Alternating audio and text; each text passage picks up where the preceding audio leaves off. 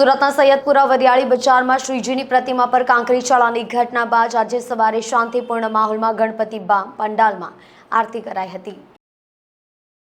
ગત મોડી રાત્રે સૈયદપુરા વરિયાળી બજારમાં શ્રીજીની પ્રતિમા પર કાંકરી ચડાવવાની ઘટના બાદ સમગ્ર વિસ્તારમાં તંગદિલી ફેલાઈ ગઈ હતી। ઘટનાને પગલે પોલીસે કડકમાં કડક કાર્યવાહી કરી 27 જેટલા ગુનેગારોને ઝડપી શાંતિ સ્થાપી હતી। આજે સવારે મંડપ ઉપર ગણેશ આરતી સાથે પૂજા પણ કરવામાં આવી હતી। સવારમાં પણ પોલીસનો ચુસ્ત બંદોબસ્ત મૂકી દેવામાં આવ્યો છે। અત્યારે ગણેશ પંડાલ પર સુરક્ષા સાથે શાંતિનો માહોલ જોવા મળી રહ્યો છે। નમસ્કાર, મારું નામ ચિંટુ ટંકારિયા છે।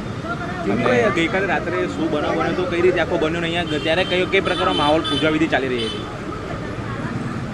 માહોલ તો એવું થઈ ગયું છે કે અહીંયા જે ઘટના સ્થળે જે રિક્ષામાં જે 5 છોકરાઓ આવેલા અને 5 છોકરા રિક્ષા ઊભી રાખીને જે આપણા ગણપતિ બાપાની મૂર્તિ પર પથ્થરમારો કરેલો।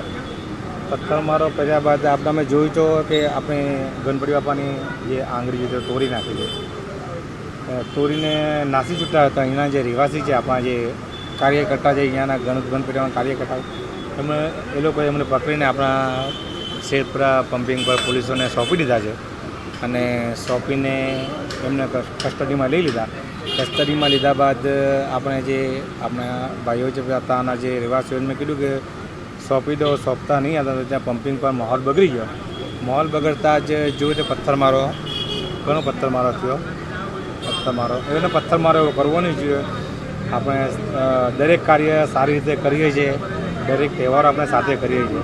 આપણા ભાઈઓ જ છે બધા, એ લોકો એવું કોઈ રાખતા નથી। ભાઈ એમાં એવું છે કે અમુક અસામાજિક તત્વો એવા જે આવે છે ને તે જ આવું કરે છે। બાકી ગણપતિ બાપાને દરેક જણા માને છે, આપણા મુસ્લિમ ભાઈઓ બી માને છે।